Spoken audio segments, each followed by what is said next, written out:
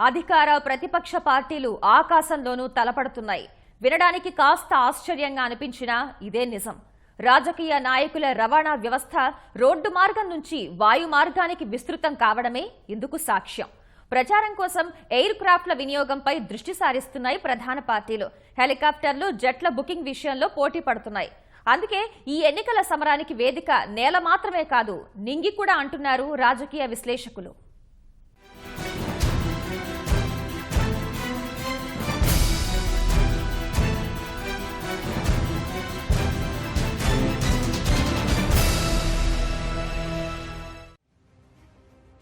ఎన్నికల్లో ప్రచారమే ప్రధానం. ఇది ఎంత ముందుగా మొదలు పెడితే అంత సులువుగా ఓటర్లను ఆకర్షించవచ్చనేది అన్ని పార్టీలు నమ్మే సూత్రం. అందుకే ఖర్చుకు కూడా వెనుకాడవు. అందులోనూ ఈ సార్వత్రిక సమరాన్ని ప్రతిష్టాత్మకంగా భావిస్తున్నందున ఖర్చు విషయంలోనే కాక అన్ని విషయాల్లోనూ పొరుగు పార్టీ కన్నా ముందుండాలని భావిస్తున్నాయి. ప్రచారంలో తక్కువ సమయంలో ఎక్కువ నియోజకవర్గాలు చుట్టి రావాలని చూస్తున్నాయి. రోడ్డు మార్గంలో కాక వాయు మార్గంలో ప్రయాణించేందుకు మొగ్గు చూపుతున్నాయి. ఫలితంగా ప్రైవేట్ జెట్లు, హెలికాప్టర్ల బుకింగ్లు రాకెట్ వేగంతో సాగుతున్నాయి.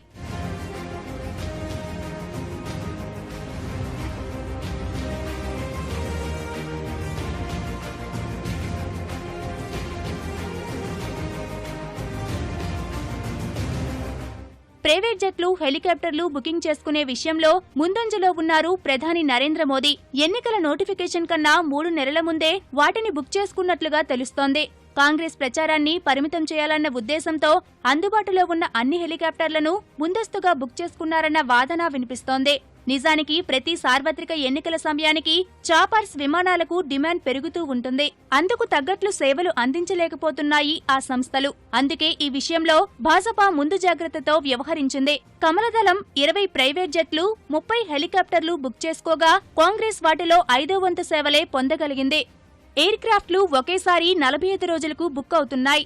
జెట్ బుకింగ్ కి గంటకు $5,700 అద్దె తీసుకుంటుండగా చాపర్స్ కి గంటకు $7,200గా నిర్ణయించాయి సంస్థలు.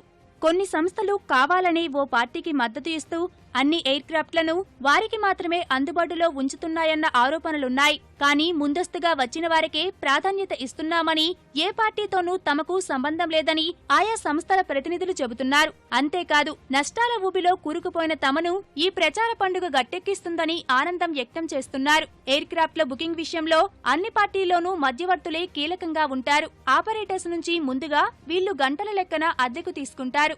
వాటిని రెట్టింపు ధరకు పార్టీలకు అద్దెకిస్తుంటారు. భౌగోళిక విస్తీర్ణం ఎక్కువగా ఉన్న భారత్లో నలుదిక్కులా తిరిగి ప్రచారం చేయాలంటే మాటలు కాదు. ఉత్తరాది నుంచి దక్షిణాది వరకు అన్ని నియోజకవర్గాలు, గ్రామాలు రోడ్డు మార్గంలో చుట్టి రావాలంటే చాలా కష్టం. అందుకే పార్టీలు వాయు మార్గం వైపు మొగ్గు చూపుతున్నాయి. ఫలితంగా మధ్యవర్తుల జేబులు నిండుతున్నాయి. ఏప్రిల్ 6న ఒకే రోజు 6 ర్యాలీల్లో పాల్గొన్నారు భాజపా అధ్యక్షుడు అమిత్ షా. ఉదయం ఢిల్లీ నుంచి విజయవాడకు వెళ్లిన ఆయన మధ్యాహ్నానికి అస్సాంలోని దిబ్రూగర్కి చేరుకున్నారు. సాయంత్రం స్వస్థలం అహ్మదాబాద్ కు పయనమయ్యారు. 4500 మైళ్లు ఒక్కరోజులోనే ప్రయాణించారు. అదంతా ఎయిర్ క్రాఫ్ట్ల వల్లనే సాధ్యమైంది. అయితే రాజకీయ నాయకుల రవాణా అంశం చర్చకు రావడం ఇదే తొలిసారి కాదు. 2014 ఎన్నికల సమయంలో నరేంద్ర మోదీ బిలియనీర్ గౌతమ్ అదానీ విమానాలు ప్రచారానికి వాడుకున్నారని ఆరోపించింది కాంగ్రెస్.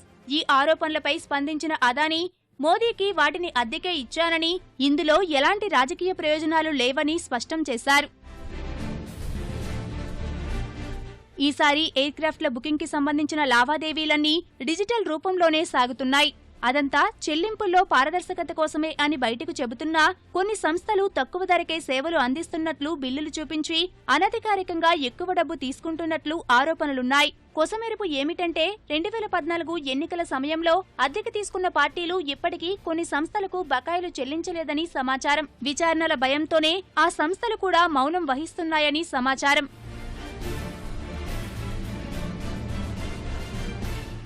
ఏదేమైనా ప్రచారానికి హెలికాప్టర్లు ఉపయోగించడం ఓటర్ల దృష్టి ఆకర్షిస్తోంది. ముఖ్యంగా గ్రామీణ ప్రాంతాల్లో చాలా మంది ఓటర్లు తమ పల్లెల్లోకి జట్లు వస్తున్నాయంటే ఆసక్తిగా చూస్తుంటారు. ఈ తరహా ప్రచారం ఓట్లు రాలుస్తుందని ఖచ్చితంగా చెప్పలేకపోయినా ఎంతో కొంత ప్రభావమైతే చూపిస్తుందని చెబుతున్నారు విశ్లేషకులు.